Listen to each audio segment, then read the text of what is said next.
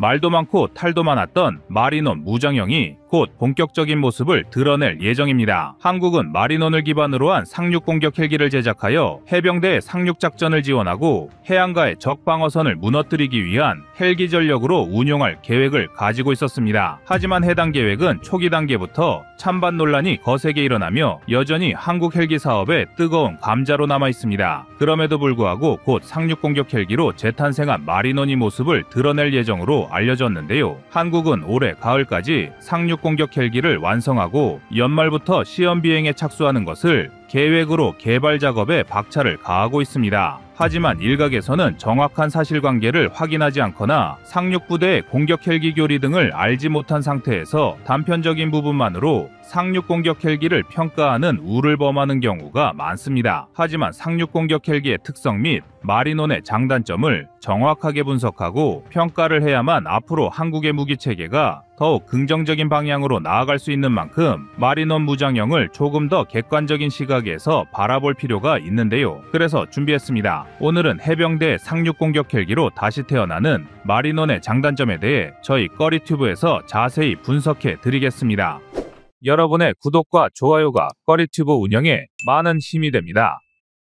상륙작전의 성공을 위해서는 병력과 장비를 대규모로 수송할 수 있는 상륙함부터 해안가 진입을 위한 고속정과 상륙장갑차도 중요하지만 이들을 공중에서 화력 지원할 상륙 공격 헬기의 존재도 매우 중요합니다. 특히 해안의 상륙한 병력은 파도나 갯벌, 모래 등 다양한 지형 조건에 발목을 잡히는 경우가 많지만 이러한 지형적 제약을 받지 않는 상륙 공격 헬기는 공중에서 적의 해안 포화 진지를 무력화시키고 상륙군이 교두보를 확보하게 해주는 중요한 전력인데요. 우리 대한민국 해병대도 2021년에 항공단을 재창설하면서 상륙작전을 지원할 헬기 전력을 확보하고 있습니다. 한국은 2개의 상륙기동 헬기 대대와 1개의 상륙 공격 헬기 대대를 운용할 예정이며 순차적으로 상륙 기동 헬기인 마리논부터 실전 배치에 들어가고 있으며 곧 마리논의 각종 무장을 추가한 상륙 공격 헬기를 개발하여 성능 검증 후 도입될 예정입니다. 그런데 마리논을 기반으로 개발된 상륙 공격 헬기를 두고 이를 반대하는 의견이 적지 않은 것이 사실입니다. 마리논 무장형을 반대하는 입장에서는 기동 헬기로 계획된 수리용과 그 파생형인 마리논을 가지고 공격 헬기를 개발하게 되면 상대적으로 기동성이 떨어지기 때문에 교전 상황에서 충분한 성능을 발휘하기 어렵다는 점을 지적하며 공격 헬기보다는 단순한 무장 헬기에 가깝다는 점을 지적하고 있습니다. 그러면서 상륙 공격 헬기로는 마리논 무장형 대신 아파치나 바이퍼를 도입해야 한다는 주장을 하고 있는데요. 그렇다면 과연 대한민국 해병대가 아파치와 바이퍼를 도입할 수 있는지부터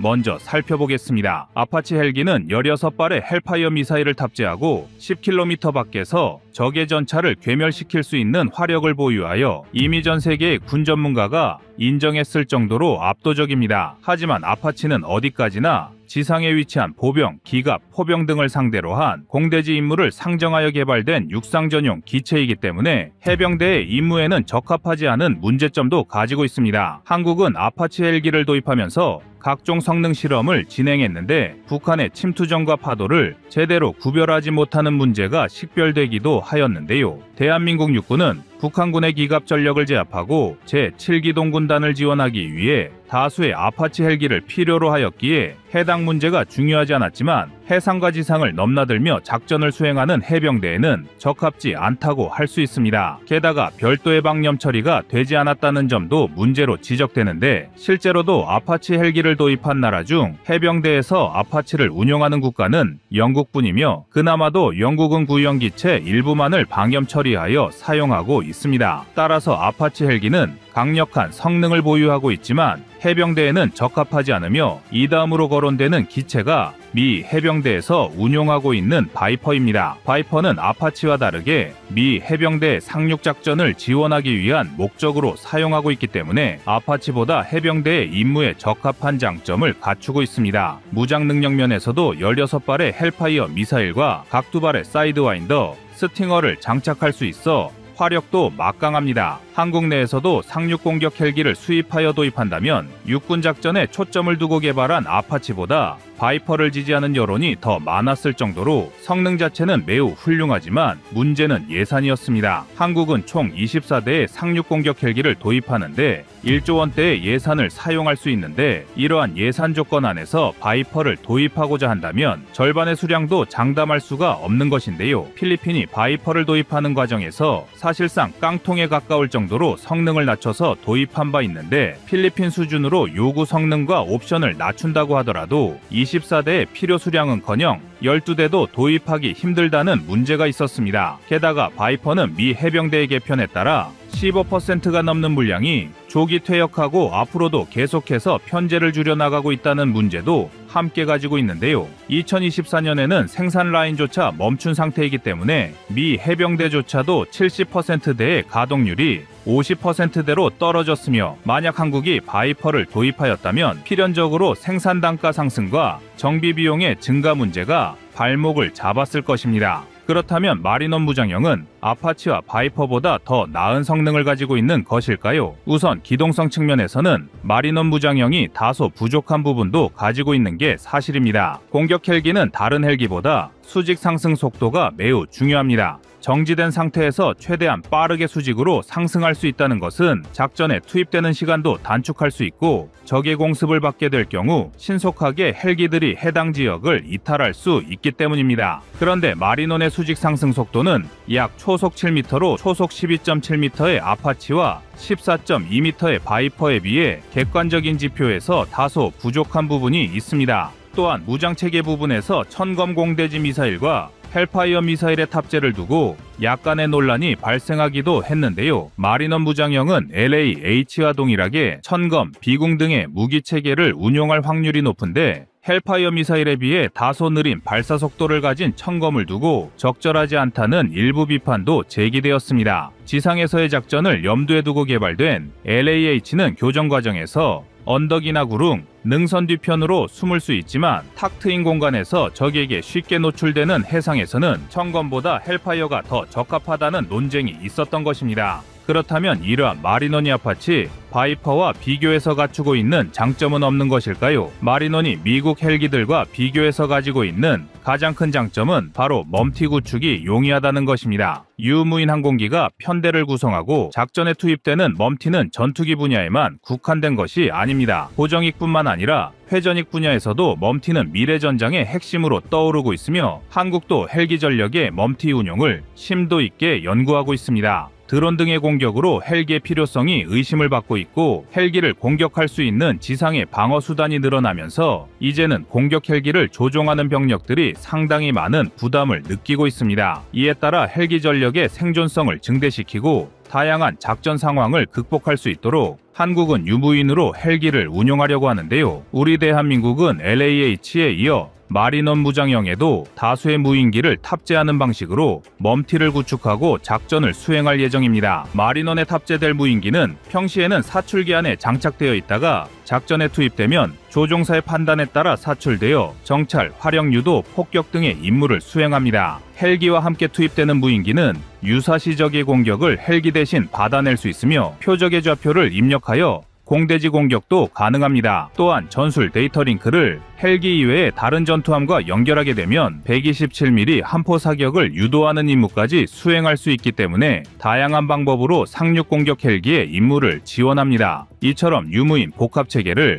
보다 효율적으로 운용하기 위해서는 한국이 개발한 공격 헬기가 필수적입니다. 미국은 아파치 헬기를 기반으로 다양한 유무인 체계를 실전에서 활용하고 있지만 한국이 개발한 무인기와는 체계 통합이 이루어지지 않아 육군에서도 멈티 작전 능력을 보유하지는 못한 상황입니다. 게다가 군사무기의 체계를 통합한다는 것은 미국 측의 승인과 기술 협조가 필요한 사항인데 자신들의 군사기술에 대해서는 동맹국에게도 매우 엄격한 반응을 보이는 미국에서 멈티 구축을 위해 순순히 협조할 확률이 적다는 것도 문제인데요. 이 때문에 헬기 전력의 멈티 구축이 점차 중요해지는 미래의 전장 환경을 대비하기 위해서는 한국에서 자체적으로 개발한 마리논 무장형이 아파치, 바이퍼보다 더 유리하다는 장점을 갖추고 있습니다. 이처럼 마리논 무장형은 분명 아파치와 바이퍼보다 다소 뒤처진 기동성의 약점과 멈티 구축이라는 확실한 장점을 가지고 있는 것을 확인할 수 있습니다. 대한민국 해병대는 열악한 지원 속에서도 세계 최강의 미 해병대조차 인정할 정도로 한국의 안보와 국민들의 안전을 위해 지금 이 시각에도 여러 도서 지역에서 최선을 다하고 있습니다. 마리논 무장형이 새로운 상륙 공격 헬기로서 테스트를 눈앞에 둔 이 시점에서 단점은 보완하고 장점은 더욱 강력하게 다듬는 방향으로 미국이 자랑하는 아파치와 바이퍼를 이겨낼 더욱 강력한 헬기로의 발전을 기다리겠습니다.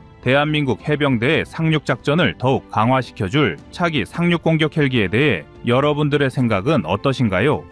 여러분의 구독과 좋아요가 꺼리튜브 운영에 많은 힘이 됩니다. 다음은 24년 6월 25일 수리온 종료 영상입니다. 지난 5월 27일 육군시험평가단은 사천 한국항공우주산업에서 수리온 수락시험 비행 완료 기념행사를 개최했습니다. 이 행사에는 육군시험평가단, 육군항공사령부, 방위사업청, 국방기술품질원, 한국항공우주산업, 야전운용부대 등의 관계자 약 60명이 참석했습니다. 수락시험 비행은 개발이 끝난 항공기가 초기에 목표한 성능과 품질에 부합하는지를 직접 확인하는 과정인데요. 수리온 수락시험 비행은 수리온의 최종 호기까지 총 210대를 대상으로 이루어졌으며 단 한 건의 안전사고 없이 2,500시간의 시험 비행을 성공적으로 마쳤습니다. 이번 기념행사는 수리온 최종 호기의 수락시험 비행 완료를 축하하고 국산 명품 헬기인 수리온의 전력화를 대내외에 알리는 자리였습니다. 또한 무사고 전력화에 기여한 유공자들과 기관에 대한 포상도 이루어졌습니다. 수락시험 비행 조종사들은 최소 2,000시간에서 최대 5,000시간 이상의 무사고 비행 경험을 보유한 베테랑 조종사들로 구성되었습니다. 특히 최성호 준이는 5,000시간 이상의 비행 경험과 1,500시간 이상의 시험 비행 경력을 보유한 조종사로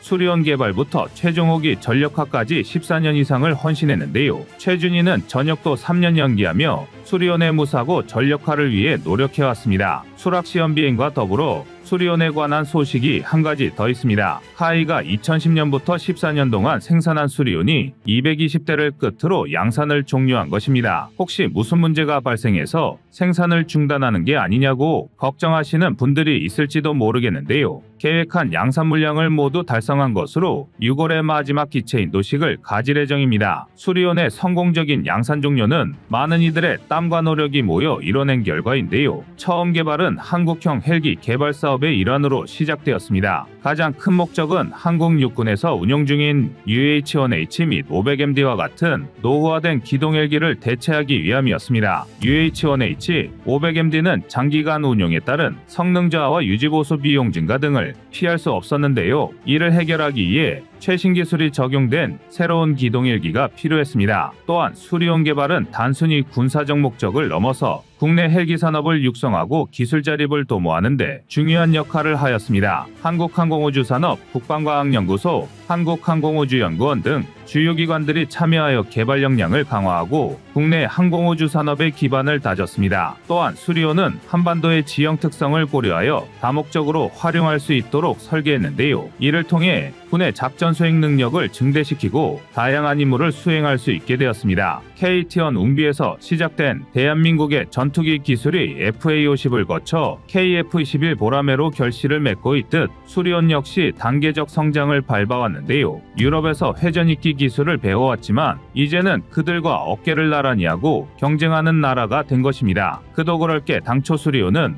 맹금류인 수리와 백을 뜻하는 온에서 따온 이름입니다. 장차 국산화 100%를 추구하겠다는 포부가 담긴 이름인데요. 오죽하면 일각에서는 수리온의 호버링 고도가 최대 3,048m인 점을 들어 백두산에서의 작전을 염두에 두고 개발되었다고 주장할 정도입니다. 물론 오피셜 정보는 없는 얘기지만 분명 호버링 고도 3,048m, 실용 상승한도 최대 4,590m에 이르는 수리온의 성능은 상당히 준수한 편입니다. 당장 유로콥터사의 AS-532 쿠거조차 상승고도가 3,450m 내외에 불과한데요. 우리가 수리온의 기술을 배워온 바로 그 헬기입니다. 우리 군은 지난 2019년 수리온 계열 회전익기의 안전성 향상을 위해 유로콥터의 후신인 에어버스 헬리콥터에서 구매하는 비행안전 품목의 국제품질 보증을 프랑스 정부가 수행하는 것으로 상호 합의를 마쳤습니다. 이는 에어버스가 납품하는 부품에서 사고나 문제가 발생하면 프랑스 정부가 그 책임을 지도록 하는 내용이라서 수리온은 더욱 안정적인 형태를 갖추게 됐습니다. 물론 수리온 개발에 늘 순풍만 불었던 건 아닙니다. 사실 수리온의 개발 과정은 불안정의 연속이었습니다. 개발 초기에는 원본이 되는 AS-532 쿠거가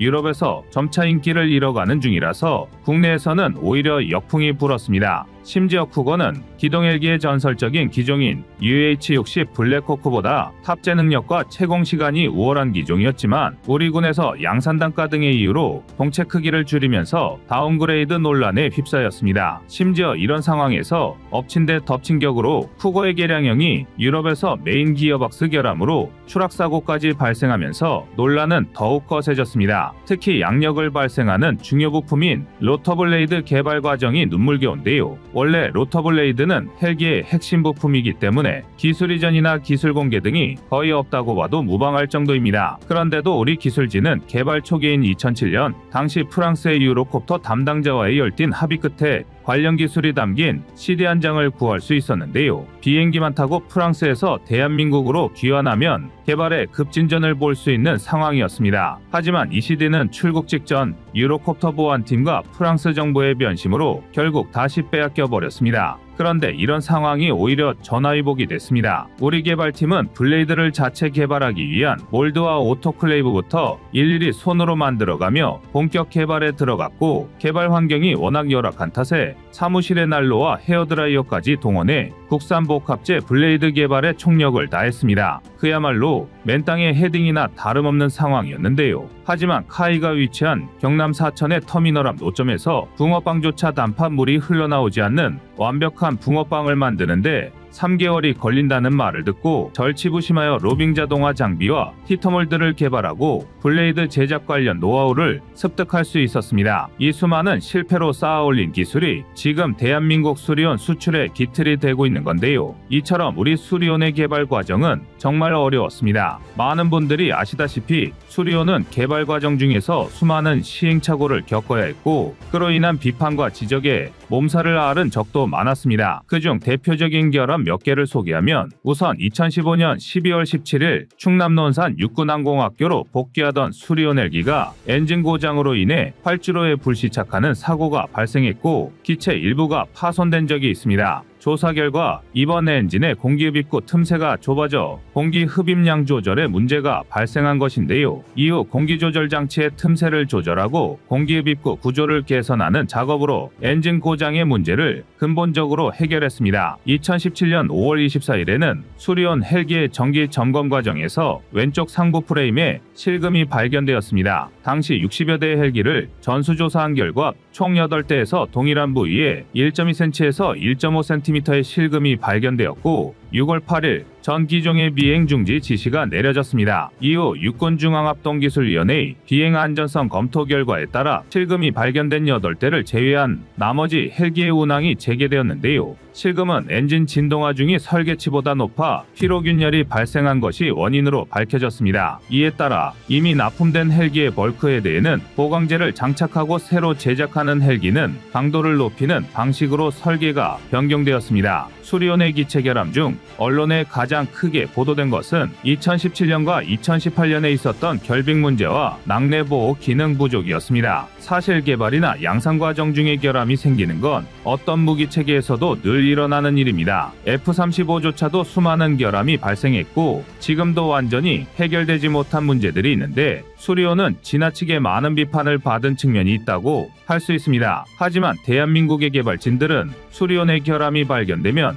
그 즉시 해결에 나섰습니다. 비행 시 수리온 표면에 발생하는 결빙 문제를 해결하기 위해 다양한 분석과 연구가 이루어졌고 2017년과 2018년에 방위사업청, 육군공군, ADD 및 국방기술품질원이 참여한 가운데 미국 미시건주 마켓에서 결빙 성능 시험이 수행되었습니다. 이 시험은 미국 FAA의 가망 인증을 받기 위한 2차 체계 결빙 비행 시험이었는데요. 시험 결과 수리온은 1차 체계 결빙 시험에서 문제가 되었던 항목들을 모두 통과하여 결빙 운용 능력이 뛰어난 UH-60 블랙호크와 동급의 성능을 갖추게 되었습니다. 이로 인해 수리온은 영하 30도의 결빙 지역에서도 안정적으로 운영할 수 있게 되었습니다. 또한 낙뢰보호 기능 강화를 위해 헬기의 전자장비 및 구조적 요소들에 대한 보호 조치도 강화되었습니다. 전자장비 손상을 방지하기 위해 전자파 차폐 및 접지 시스템이 개선되었으며 다양한 환경에서의 시험 비행을 통해 낙뢰보호 성능을 확인한 결과 수리온 헬기의 낙뢰보호 기능이 크게 향상되어 전천 운용이 가능하게 되었습니다. 많은 이들의 피와 땀이 응축된 결과물인 수리온은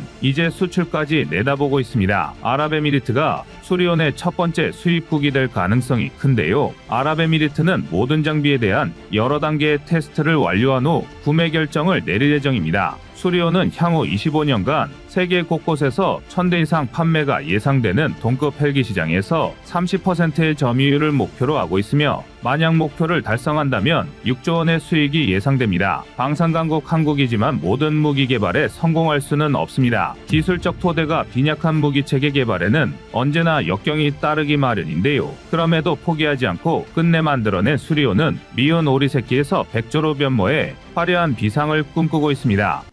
여러분의 구독과 좋아요가 꺼리튜브 운영에 많은 힘이 됩니다. 다음은 23년 12월 14일 수리온 수출 영상입니다. 오랜 시간 동안 가진구박을 받던 미운 오리새끼가 드디어 빛을 볼 것 같습니다. 바로 한국 형기동 헬기 수리온의 이야기입니다. 노후화된 500MD와 UH-1H를 대체하기 위해 한국이 직접 개발한 헬리콥터 수리온이 2013년에 개발을 완료했으니 전력화되어 활약한 지도 벌써 10년이라는 시간이 지났습니다. 그러나 그 10년 동안 수리온은 지독한 비난들을 온몸으로 받아내야 했습니다. 물론 우리나라에서 처음 개발한 회전익 항공기이다 보니 기능과 성능에 여러 문제도 발생하긴 했지만 지나칠 정도로 안 좋은 평가를 들었던 것도 사실인데요. 그랬던 수리온이 해외 에어쇼에 초청을 받고 심지어 수출길까지 열린 것입니다. 전차, 자주포, 다연장 로켓, 함정, 잠수함, 항공기 등 다양한 분야의 한국 무기들이 수출되고 있는데 이제는 회전익 항공기까지 그 대열에 합류할지도 모르겠습니다. 그런데 수리온의 수출 가능성을 곱지 않은 시선으로 노려보며 전전긍긍하는 나라도 있다고 하는데요. 그 내막을 알아보겠습니다. 지난 11월 14일 아랍에미리트의 두바이 에어쇼에서 한국산 헬기들이 시범 비행을 하며 해외에 첫 선을 보였습니다. 아랍에미리트 측으로부터 초청을 받은 건데요. 에어쇼에 참가한 수리온은 수직으로 하강했다가 다시 수직으로 상승 및 선회하는 등 상당히 난이도 높은 기동을 선보였습니다. 그런데 에어쇼의 수리온 내용을 자세히 뜯어보면 기존과 다르다는 것을 포착할 수 있습니다. 수리온 하면 가장 먼저 언급되던 특징이 로터 밑에 있는 엔진흡 기구의 모양새입니다. 동그란 구멍 2개가 나란히 뚫려 있는 모습이 마치 콧구멍을 닮았기 때문인데요. 국내의 일부 밀리터리 마니아들은 성능을 떠나서 이 생김새 때문에 수리온을 좋아하지 않는다고 말할 정도입니다. 그런데 두바이 하늘을 알고 있는 수리온을 보면 그 자리에 무언가 다른 것이 부착되어 있습니다. 마치 코마개를 한 것처럼 2개의 흡기구 앞으로 돌출된 구조물이 추가된 것입니다. 이 구조물의 정체는 필터인데요. 아랍에미리트가 모래바람이 부는 사막 환경이다 보니 엔진 흡기구에 에어 필터를 설치해 모래와 먼지의 유입을 막고 원활한 기동을 보장한 것입니다. 제작사인 카이가 본격적인 수출 전략을 펼치기 시작한 건데요. 이는 대한민국의 헬기 개발 역량이 독자적인 생산과 목적에 따른 다목적 개량이 가능할 정도로 완숙해졌다는 뜻이기도 합니다. 이러한 현지화 전략이 빛을 발한 것인지 아랍에미리트는 지체 없이 바로 협상 테이블을 열었습니다. 어쩌면 애초부터 수리온을 구매할 생각으로 에어쇼에 초청한 것인지도 모르겠습니다. 해외 군사 매체 디펜스 뉴스는 두바이 에어쇼 현지에서 이와 관련한 소식을 보도했습니다. 아랍에미리트가 올해 말까지 계약 체결을 목표로 한국산 헬리콥터 구매를 협상하고 있다고 제조사 관계자가 밝혔습니다. 카이 회전익기 사업부의 조석준 수석연구원은 두바이 에어쇼에서 현재 아랍에미리트가 카이의 수리온을 원하고 있다고 디펜스 뉴스와의 인터뷰에서 밝혔습니다. 수리온은 조종사 2명을 포함해 18명이 탑승할 수 있습니다. 아랍에미리트는 이런 수리온의 해상형 모델을 찾고 있습니다. 조석준 연구원은 기존 KUH에 있는 총기 대신 레이더가 장착됐다고 밝혔습니다. 아랍에미리트 국방부 대변인은 디펜스 뉴스에 현재 이 항공기를 군내부에서 평가하고 있다고 전했습니다. 수리온은 무엇보다도 병력 수송 및 항공화물 임무를 수행할 수 있어 주목받고 있습니다. 수출형 모델의 출력은 1855마력의 GET701K 터보샤프트 엔진 한 쌍에서 나옵니다. 최대 속도는 147노트이고 최대 이륙 중량은 19,200파운드에 달합니다. 그동안 2023년까지 수리온 수출 300대를 달성하겠다는 목표를 세우고 달려온 대한민국으로선 절호의 기회가 찾아온 셈입니다. 실제로 대한민국은 이미 중동 수출에 대비하기 위해 지난 8월 중동의 사막에서 고온 테스트 등을 끝마쳤고, 앞서 언급한 것처럼 모래를 걸러줄 필터까지 설치된 수출형 모델을 선보였습니다. 바로 수리온 KUH-001인데요. KUH-001에는 해병대용 상륙 공격 헬기인 MAH의 기반 기술이 적용되면서 수송 헬기임에도 준수한 공격 능력을 갖추게 되었습니다. 최소 8발 이상의 AGM-114 헬파이어 대전차 미사일과 로켓이 탑재된 것인데요. 기존 기동 헬기용 수리온이 K-16 7.62mm 기관총 두문을 탑재한 데 그쳤던 것에 비하면 상당한 화력 증강입니다. 또한 KUH-1을 기준으로 미국 가민사의 최첨단 항전 시스템인 가민 G5000H와 터치패드 컨트롤러가 적용됐습니다. 덕분에 손가락만 까딱하는 것으로도 내비게이션과 통신 시스템, 교통감시 시스템, 비행관리 시스템, 전자 체크리스트 항목, 원격 오디오와 인터컴 시스템은 물론 교통과 날씨, 엔터테인먼트 및 맞춤형 디스플레이를 완벽하게 제어할 수 있습니다. 뿐만 아니라 미국 연방항공청이 인증한 통합형 터치스크린 컨트롤러까지 적용해서 화면의 선명도는 높였고, 또 GPS와 레이더 고도계 등 항법장치와 통신장비 듀얼 시스템까지 적용했습니다. 쉽게 말해 조종 안전성과 편의성이 압도적으로 향상됐다고 보시면 됩니다. 이외에도 기상 레이더를 탑재함으로써 기동뿐만 아니라 공격 임무에서도 대응할 수 있게 되었습니다. 또 일부 전문가들은 중동의 요구에 따라 기본 무장인 기관총을 제외하는 대신 전면부에 특수 레이더를 탑재하고 추가로 20mm 구경의 건포들을 탑재하는 방식이나 UAE가 자체 개발한 대전차 미사일이나 유도로켓 또는 MBDA의 미스트랄 공대공 미사일 탑재도 가능할 것으로 분석하고 있습니다.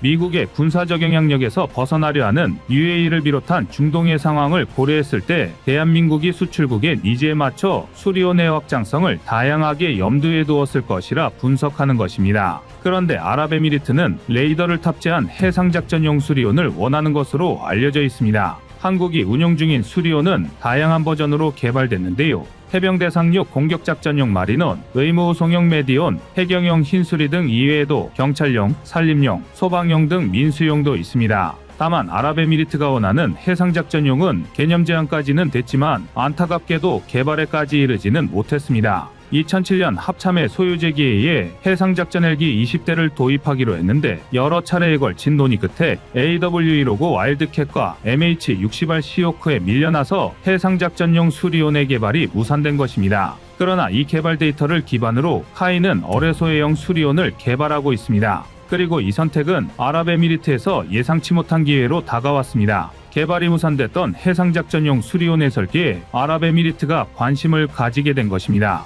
아랍에미리트가 해상형 수리온을 원하는 이유는 페르시아만 건너편의 이란 때문일 가능성이 높습니다. 아랍에미리트는 석유뿐만 아니라 무역도 국가 경제의 큰 축을 차지하고 있는데 그 중심지인 두바이 제벨알리앙은 이란 해군의 활동 범위를 지나지 않고는 접근할 수가 없는 지역입니다. 언제라도 이란이 아랍에미리트의 무역 수입원을 옥죄어버릴 수 있다는 것입니다. 아랍에미리트는 이를 견제하기 위한 해군력을 원하고 있고 해상작전용 수리온 도입은 그 일환인 것으로 보입니다. 하지만 이런 분야의 협력은 그동안 아랍에미리트가 한국과 도모해왔던 방향성과는 약간 다릅니다. 아랍에미리트는 줄곧 한국과의 항공 분야 협력을 원해왔습니다. 올해 1월에는 카이의 다목적 수송기 MCX 개발 사업에 협력을 약속하며 MOU를 맺은 바 있었고 9월에는 KF-21 프로젝트에 공식적인 참여를 원한다고 접촉해오기도 했습니다. 즉 아랍에미리트가 자신들의 공군력 증강을 한국에 맡기고 싶어 한다고 해석할 수 있습니다.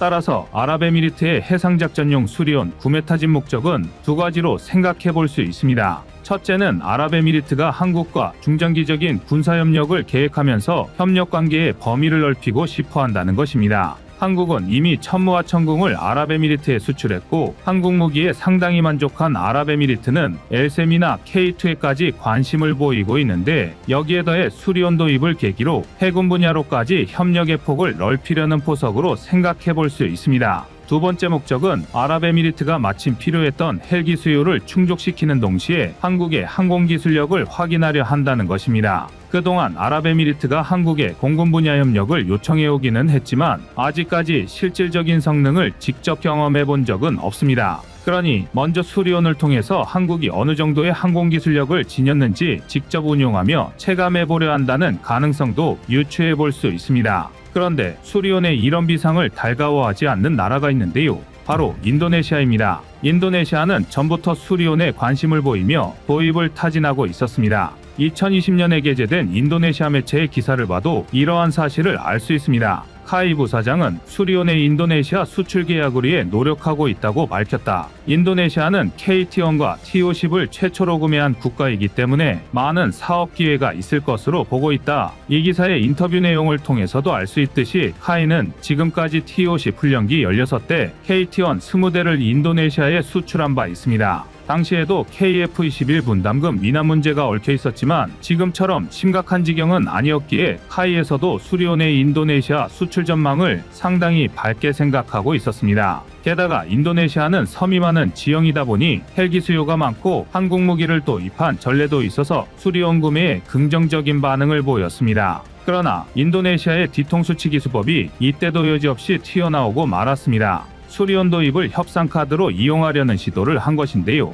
인도네시아 일각에서는 수리온 최초 구매라는 조건을 KF-21 사업에서 이용해야 한다고 주장했습니다. 수리온 도입을 인질 삼아 KF-21 사업에서 더 나은 지분을 받아내려는 것입니다. 실제로 이러한 주장을 담은 보도가 여러 차례 나오기도 했습니다. 하지만 인도네시아의 이런 인면수심 같은 수법이 협상 카드로 활용되기 위해서는 인도네시아에 의해 수리온을 도입하는 나라가 없어야 합니다. 그런데 거기서 아랍에미리트가 수리온 도입에 적극적으로 나선 것입니다. 항공 분야에서는 첫 구매 고객에게 파격적인 할인 혜택을 주는 것이 관례이지만 아랍에미리트의 등장으로 이 혜택은 인도네시아와는 이제 아무 상관 없게 됐습니다. 그리고 더 이상 인도네시아를 신용할 수 없게 된 한국이 수리온을 판매할지도 미지수입니다. 수리온의 수출 가능성과 인도네시아의 잔머리 실패를 보면 앞날은 새옹지마라는 말처럼 예측하기 어렵습니다. 그러나 수리온을 비롯한 한국의 회전익 항공기들이 화려한 비상을 하리라는 것은 조심스럽게라도 예상할 수 있을 것 같습니다.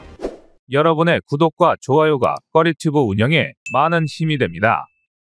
다음은 23년 7월 25일 LAH 수출 영상입니다. 우리의 방산 기술은 특정 분야를 제외하고 이미 세계적 수준에 올라 있습니다. 실제로 전 세계에서 자국산 무기를 개발하고 자국 군대에 보급하는 나라는 단 8개국뿐입니다. 그중 우리 한국도 포함되며 대부분 무기 체계에 걸쳐 완성도 있는 무기를 만드는 나라는 무척 드문데요. 비록 과거에는 항공기술 분야에서 약세였다고는 하지만 차근차근 노하우를 쌓으며 군사 선진국 대열에 진입하려고 하고 있습니다. 대한민국은 회전익기 개발 분야에서도 이미 한국형 기동 헬기인 수리온을 성공적으로 만들어 실전 배치했으며 그 자신감을 바탕으로 두 번째 국산 헬기이자 소형 무장 헬기인 LAH를 지난해 개발 완료하고 양산에 돌입하여 내년부터 군에 납품될 예정입니다. 한국은 아파치 가디언이라는 최강의 공격 헬기를 보유하고 있는데요. 아파치 같은 대형 공격 헬기가 하늘의 기마병이라고 한다면 LAH 혹은 경공격 헬기는 하늘의 궁수병이라 할 수 있습니다.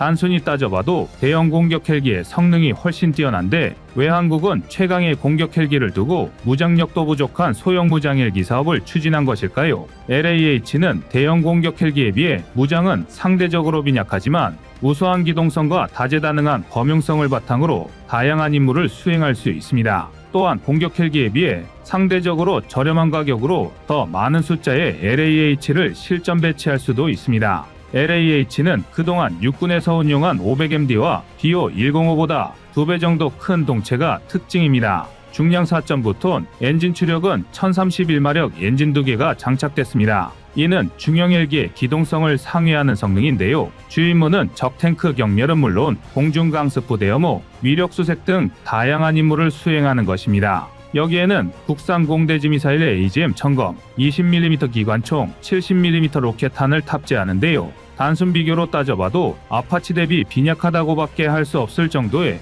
무장을 갖고 있습니다. 현대전에서 육군이 보유할 수 있는 가장 강력한 항공자산은 바로 대형 공격 헬기입니다. 문제는 대형 공격 헬기의 높은 구입 비용과 운용 유지비로 인해 충분한 숫자를 확보할 수 없다는 것입니다. 이러한 이유로 대형 공격 헬기보다 저렴한 일반 수송용 소형 헬기에 각종 무장을 장착한 소형 무장 헬기가 대안으로 제시된 것인데요. 더욱이 소형 무장 헬기는 점점 더 대형화되고 있는 공격 헬기를 상호 보완할 수 있는 유일한 대안이기도 하기 때문에 이미 대부분의 국가에서 대형 공격 헬기와 소형 무장 헬기는 상호 보완적인 관계로 운용되고 있습니다. 그런데 소형 무장 헬기의 장점은 이뿐만이 아닙니다. 정찰과 타격 임무의 병력 구출 작전에도 활용할 수 있으며 적군 지역 내 아군부 상병이 고립되고 통신마저 끊어지는 상황이 발생하면 후방에서 대기 중인 수리온 멈티가 소형 드론 여러 대를 투하하고 수리온에 탑승한 무인기 통제사가 소형 드론을 실시간 제어하는 방식도 가능해집니다. 소형 드론이 부상병을 탐색하고 위치를 알려주면 수집한 정보를 통해 수리온 의무후송 전용 헬기가 구조 지점으로 이동하고 부상병을 구조하면 수리온 멈티는 임무를 완료하고 복귀하는 것인데요.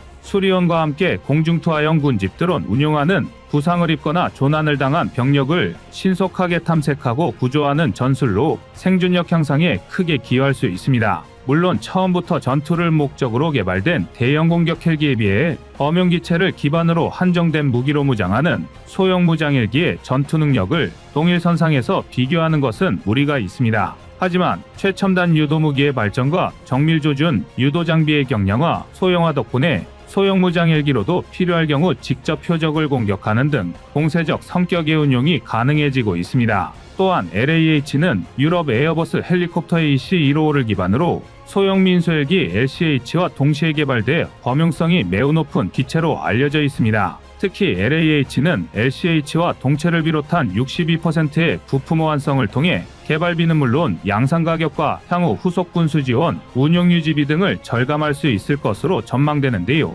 LAH의 양산이 종료된 이후에도 LCH의 생산 라인은 유지되기 때문에 안정적인 후속 지원이 가능하다는 장점이 있습니다. 이게 다가 아닙니다. 지난 4월 방위사업청에서 공개한 정보 중 아랍에미리트 평가단 소형 무장 헬기 시제기 탑승 건의에 대한 검토 결과 홍보라는 제목의 문서가 포함되어 있었습니다. 아랍에미리트 측에서 국산 무장 헬기 LAH에 탑승해보고 싶다는 의사를 타진해 왔었고 이를 방위사업청에서 검토했다는 것이었죠. 아랍에미리트는 이전부터 한국의 항공기와 헬리콥터에 많은 관심을 보여왔었는데요. 지난해 한국을 방문했던 아랍에미리트 국방장관이 카이 본사를 방문하여 KF-21과 함께 LAH 무장 헬기에 관심을 드러내기도 했습니다. 그런데 지난 5월 아랍에미리트 대표단이 한국을 방문하며 천무와 천궁2의 뒤를 이은 새로운 무기 수출에 물꼬가 트였습니다. 당시 아랍에미리트 대표단은 아부다비 4대 국부펀드와 은행, 공기업 관계자들로 구성되어 아랍에미리트 한국투자의 핵심 실무진으로 구성되어 있었기에 무함마드 대통령의 방한만큼이나 중요했던 방문이었는데요. 한국을 방문한 아랍에미리트 대표단이 한국에서 어떤 일정을 보냈는지 상세한 일정은 공개되지 않았었지만 이번 방한에서 아랍에미리트 대표단은 한국의 20억 달러 규모의 투자 계획을 발표하며 지난 1월 한 아랍에미리트 정상회담을 통해 결정되었던 40조 원 규모의 투자 약속이 첫 번째로 이행될 분야는 항공우주 분야가 될 것이라고 밝혔습니다. 아랍에미리트 대표단이 직접 한국 항공우주 산업 카이에 본사를 방문하고 KF-21, FA-50 그리고 LAH까지 직접 눈으로 살펴보고 혹은 탑승까지 해본 결과 한국은 손을 잡고 사업을 할 수 있는 파트너라는 결론을 내린 것으로 분석되고 있는데요. 이번 투자 협상을 통해 LAH 무장 헬기가 첫 수출 실적을 올릴지 관심이 집중되고 있습니다. 그리고 이번 LAH의 등장으로 중국산 헬기가 차지하고 있는 시장들을 한국이 빼앗아 올 수 있을 것으로 기대되는데요. 현재 중국의 G9 헬기는 아프리카와 동유럽 등 약 13개 국가에 수출되어 군용 헬기로 운용되고 있습니다. 제3세계 국가에서 공격 헬기보다 다용도로 운용할 수 있으며 가격도 저렴한 무장 헬기를 선호하는 경향이 있었고 이 시장을 중국이 잘 파고든 것이었죠. 하지만 기체 노후화로 인해 교체해야 할 시기가 다가오고 있어 곧 무장 헬기에 대한 상당한 수요가 발생할 것으로 예상되고 있는데요. 이 타이밍에 저렴하면서도 G9보다 훨씬 뛰어난 성능을 가진 LAH의 등장은 경전투기 수요에 맞춰 시장을 휩쓸었던 FA-50처럼 헬기 시장에 돌풍을 일으킬 수 있을 것으로 예상됩니다. 하지만 일각에서는 LAH가 애매한 포지션의 공격 헬기로 기존 헬기 시장에서 경쟁력을 확보하지 못하고 도태될 것이라고 주장하고 있기도 한데요. 대전차 능력이 가장 중요한 공격 헬기 시장에서 대전차 미사일을 4발밖에 탑재하지 못하는 LAH는 경쟁력이 떨어진다는 것입니다. 그런데 막상 공격 헬기들의 대전차 교전 능력을 테스트해보자 전혀 예상치 못한 결과가 나와 제작사인 카이마저 깜짝 놀랐습니다. 국방과학연구소에서 LAH의 성능 논란을 종결시킬 충격적인 보고서를 공개했는데요. 해당 보고서는 현재 한국군에서 운용하고 있는 공격 헬기 코브라와 아파치 그리고 LAH를 대상으로 과연 실전을 가정한 상황에서 어떤 공격 헬기가 가장 효과적이고 빠르게 적전차를 제거할 수 있을 것인지 워게임 시뮬레이션을 실시한 결과를 담고 있었습니다. 그런데 워게임을 실시한 결과 LAH를 직접 만든 카이 개발자들도 예상하지 못한 놀라운 결과를 확인할 수 있었는데요.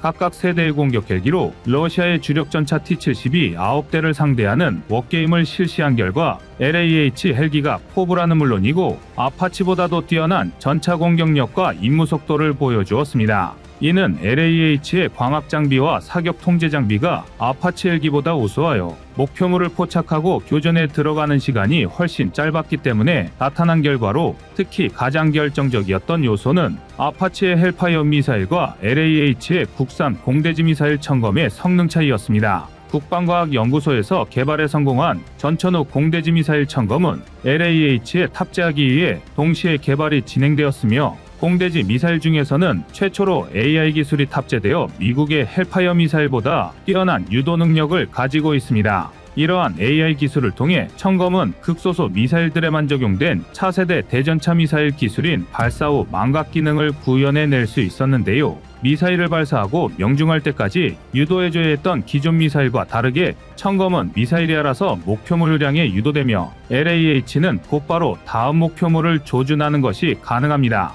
T-72 전차 한 대를 격파하는데 고작 17초밖에 걸리지 않았던 것도 첨검의 뛰어난 성능 덕분이었습니다. LAH가 첨검을 겨우 4발밖에 탑재하지 않았다고 하지만 카이에서는 단 4발로 교전을 끝내버릴 자신감이 있었던 것입니다. 물론 아파치와 LAH는 무장 탑재량에서 차이가 있기에 교전이 지속된다면 큰 차이를 보여주겠지만 200억밖에 하지 않는 LAH가 900억이 넘는 아파치 헬기보다 시간이 짧은 작전에서는 더 뛰어난 전투력을 보여주었다는 건 고무적인 성과라고 할 수 있습니다. 대한민국 무기개발사의 첫 장을 살펴보면 언제나 나오는 말이 있습니다. 바로 불모지인데요. 아무것도 없는 맨 땅에서 그저 열정과 자주국방이라는 신념 그리고 뛰어난 인력을 바탕으로 이제는 무장헬기 시장에서도 두각을 나타내고 있습니다. T-50 고등운영기, FA-50 경공격기처럼 LAH도 작지만 강력한 존재감으로 방산 수출과 우리 국방력의 한 축으로 자리매김하길 기원하겠습니다.